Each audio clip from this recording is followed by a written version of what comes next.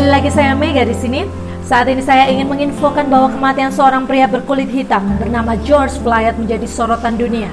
Pasalnya pria berusia 46 tahun itu meninggal karena aksi keji yang dibumbui oleh sikap rasisme seorang polisi. Unjuk rasa atas kematian George Floyd tak bisa dibendung.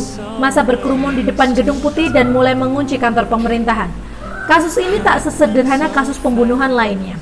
Nafas Floyd yang tersekat adalah potret nyata bagaimana ras kulit hitam berdiri dalam bayangan ketakutan. Rasa humanity di penjuru dunia mulai dipertanyakan ketika masalah warna masih menjadi pembeda. Siapa yang mau lahir dalam keadaan hitam? Siapa juga yang ingin lahir dengan warna putih?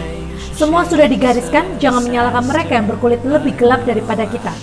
Lalu mengapa warna hitam selalu dipinggirkan, dianggap ras terbelakang, dianggap manusia yang harus dimusnahkan? Di masa kolonial sering kita lihat perbudakan oleh mereka yang berkulit hitam, bahkan ras-ras pribumi dari tanah yang didatangi ras kulit putih sering terjadi sikap rasisme. Tak usah jauh-jauh di negara lain, di Indonesia sendiri terjadi perbedaan antar ras yang membuat sewaktu-waktu menjadi bom waktu. Mau hitam atau putih adalah ciptaan Tuhan yang maha mulia. Bila berpikir lebih mendalam, warna adalah sebuah seni yang harus seimbang.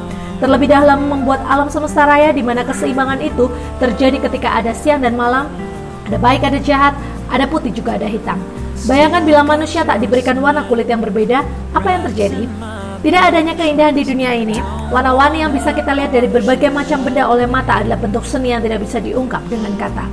Lalu kenapa putih lebih ingin dianggap mulia, hitam seakan manusia yang dianggap tak berguna?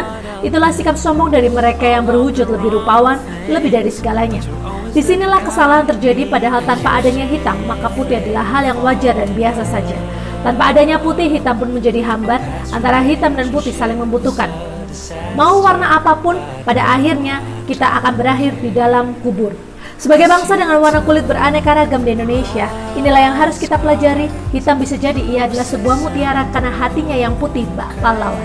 Putih bisa jadi ia adalah serigala berbulu domba yang hatinya penuh kejahatan. Antara hitam dan putih memang mempunyai kelebihan dan kekurangan masing-masing. Tapi yang terpenting adalah jangan iri bila ada orang yang sukses baik itu dari sisi hitam maupun putih. Humanity itu adalah hal yang utama. Bersatu dalam damai adalah yang kita cari. Yang jelas hitam dan putih akan selalu hidup berdampingan, sebab kombinasi dari keduanya inilah yang membuat dunia jadi lebih berwarna. Oleh sebab itu ada baiknya kita membentuk mental kesatuan dini dengan 4 cara berikut ini. Yang pertama, tumbuhkan mindset bahwa kita semua sama. Kita semua terlahir setara dan sama. Bahkan di dalam semua kitab suci agama manapun, kita sebagai manusia setara dan diajarkan untuk bersikap baik kepada sesama makhluk. Yang kedua, berteman dengan orang yang berbeda. Mencoba berteman dengan orang yang berbeda, baik beda ras, beda suku maupun beda agama. Pertemanan semacam ini akan menimbulkan rasa toleransi yang tinggi di antara perbedaan. Yang ketiga, berdebat dengan bijak.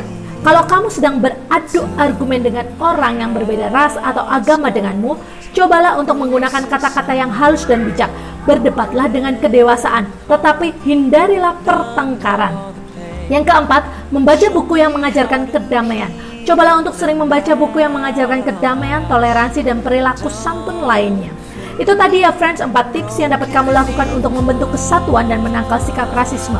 Perlu diingat, di mana kita bersatu maka kita akan teguh, dan bila kita bercerai-berai maka kita akan runtuh. Saya Mega untuk kita review.